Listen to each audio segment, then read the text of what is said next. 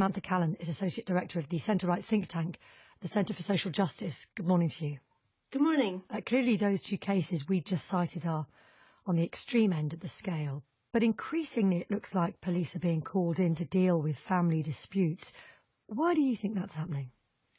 Well, parenting is an incredibly difficult job, and parenting when you're on your own is, I would say, even harder. Our research has shown that in some parts of the country, 75% of households are headed by a single mum. And if you look at the troubled families kind of grouping, if you like, half of those families that the government that government program's helping are single parents, as opposed to kind of 16% in the rest of the population. So we know that children who've experienced family breakdown, they actually they have more behavioural difficulties, that mental health difficulties, etc. We're not blaming it all on family breakdown, but that's the kind of backdrop that the police and social services and others are working with.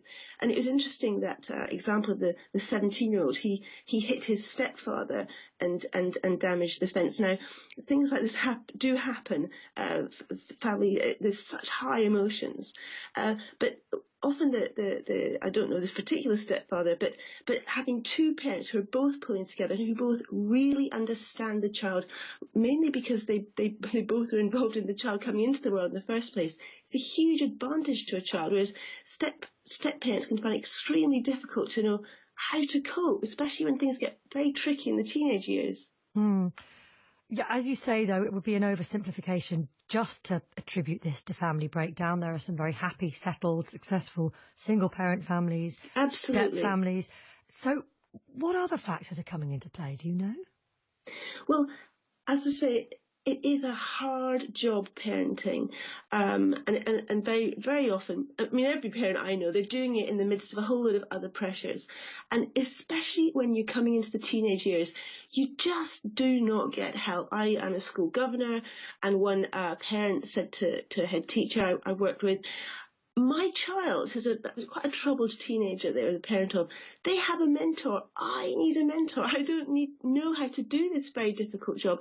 Very often these parents, as I say, repeat cycle of family breakdown, often in that their own parenting really just didn't prepare them for the life of parenting themselves. So we've written a lot about family hubs, places in the community, one-stop shops you can go to, and you will be directed or helped on the premises with these really very real problems that a surprising number of parents are coping with. You mentioned the Troubled Families programme, so we know that there are certain interventions, but you say this needs to be more widely available.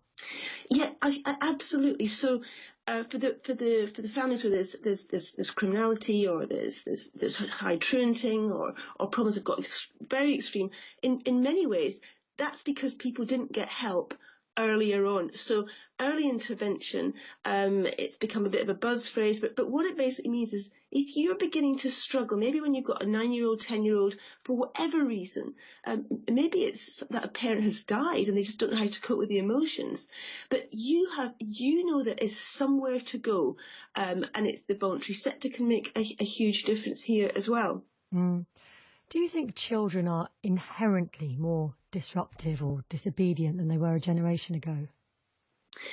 I do. I think there is a kind of a crisis of authority within parents, and what I mean by that is very often parents themselves haven't had clear boundaries. They haven't had authoritative parenting. Perhaps they've had permissive parenting, just do what you like, or authoritarian parenting.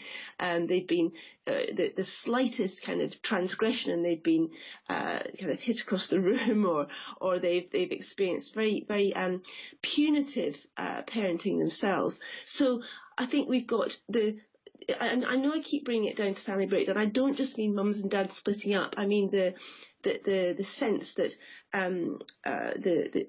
we've got so many children growing up in situations today where parents are just not very sure what they're doing. The Times report mentioned that there's not extended families living nearby, and I think that is really important. Geographical mobility, people living a long way from their parents. No grandparents just say, oh, come on, just, if you try this, it might make a difference. Or ease up there, you're so hard on him, he's bound to react badly. Okay. Samantha Callan, thank you very much from the Centre for Social Justice.